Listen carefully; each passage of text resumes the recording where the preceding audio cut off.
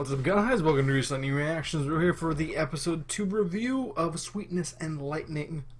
Lightning. Don't know what happened to my voice right there. The full name of the show is... what is it? Amami? What was it? I don't even remember. Amaama to Inazuma. Inazuma, okay. I had to look it up real quick. Alright, I'm going to continue doing the reviews for this show because I feel like it deserves it because it's such a good show. But like I said last time, live reactions, I don't think so, just because I feel like it's too laid back of a show to really always feel the need to say something, always express myself, which is usually what I do. Any thought that enters my mind, I like to say it out loud when I'm doing live reactions. And I just feel like this show is not that kind of show. It's not. I don't think you should do it that way. At least that's my own personal preference. So we're just gonna go little by little. Last time I gave you disclosure as to you guys should go out and watch it. So this time we're gonna go straight into the plot and what I thought about what was happening this time. So right away we wake up and we have some cooking right off the bat. If anything, the show shows food in a really, really good, delicious manner, even if it is poor cooking. Because right away we see that the dad in the show is not very good at doing stuff. He's not good at multitasking. He's not good at cooking. I don't mean general stuff. I just mean cooking and just cooking a lot of things at once. Because he's got the omelet going on the side, and he's got something else he's cutting up in the front, and he's burning stuff. I'm surprised that the little girl, what's her, Sumugi's her name, didn't even complain when she ate the eggs. So he has a lot to learn, and it's really understandable why he feels inadequate, because this is probably something that's really new to him. He's a teacher. Teachers go to work. They spend a pretty good chunk of time at school. Maybe they're going in from like 6, 7 o'clock in the morning all the way till 4-ish, I'd say, probably. And then when they get home, they have other stuff to do. They have the next day's workload to prepare. They have homework to grade. There's not a bunch of free time for teachers. And on top of that, you're raising a daughter. Now, when his mother was around, when his wife was around, I'm guessing she did most of the cooking. If she was a stay-at-home mother or whatever, maybe she had a job that offered her a little more free time to take care of her. That's different.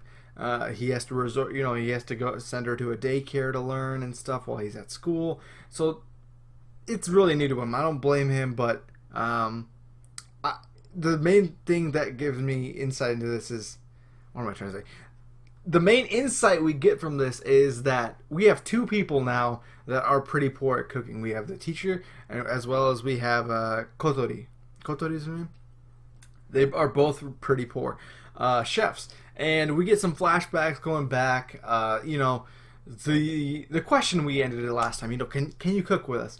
And, he had probably the appropriate response. I would love to, but I don't want to be a bother. This is your restaurant.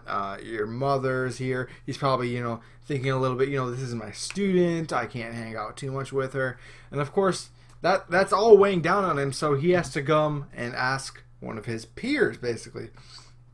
Actually, someone who's above him. It looks like the principal that he was talking to.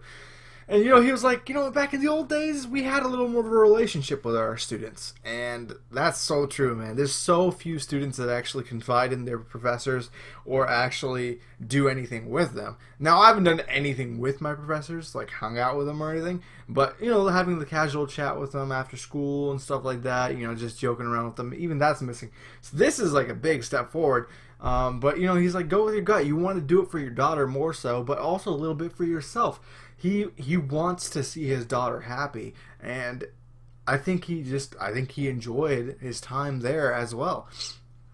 So, he gets the permission. He's like, maybe you should talk to her mom first, just not to make it a little creepy. And you know, that's the perfect way to do it, because if you just had some random dude that kept showing up to your house, even if it is with his daughter, that's a little weird, especially if it's like your daughter's teacher, even if it is, you know, assistant teacher. That's the right way to go. So you know, we get to the place, and immediately she's bowing. Oh my god, that's like, what the heck happened? And then of course the mom had to go away last minute. We find out that she's a pretty famous actual cook. I don't mean like famous, but she has, like, I think they said she has a show where she teaches people how to cook. She, like, you know, live cooking show. I don't know if it's probably a local thing, but she's talented and she has not much time on her hands. We find out that, you know, Kotori has been raised by a single mom, and she's been maintaining this restaurant by herself with these, you know, doing this television stuff as well, and that's why she's not home very often. And there is worry that this restaurant's going to close, so there's all kinds of things that's bearing down on her, and you know, she wants, I feel like in her mind, she wants to be there for her mom, learn how to cook a little more so she can help her out when she is working, take the load off a little bit, because she's bearing a lot of weight. Sorry about that. You know, single moms, single parents in general, mom, dad, you know, it's rough. It's got to be rough. You want to raise your child to the best of your abilities, and you know that has to be split between you know, providing for them and you know, making sure that they're developing in a good way. She, like, basically lost her dad to divorce in her she was in third grade, I think they said, and that's pretty early. So that's, you know, even if you are divorced, you know, there are situations, you know, where you still have contact with the dad, but we don't know exactly what's going on in that situation. So yeah, I feel like she wants to improve herself, get better at it, and maybe she wants to even take over the restaurant at some point, because she does feel like, you know, her mom's not there very often. She has fears of the restaurant actually closing down. So there are, you know, she takes, you know, she takes the little things, you know, having the lights still on in the restaurant, actually cooking in there. Even when the mom's not there, at least something is going on in that restaurant, and that makes her happy. It's the little things. And just all of this was, I don't think, it wasn't exactly enough for our main character, the dad, to stay there. I need to learn his name. But seeing Sumugi so peppy and ready to go, they're cooking her favorite foods, and seeing her in an apron, which is really cute to see, just melted his heart, and they went right ahead. And even in the cooking process, there's some character development going on. You know, they are following a recipe, first and foremost. I'm sorry, man. I don't know. I'm like, stuff coming up. Focus. They're following a recipe, but it's laid out in a very, very simple manner.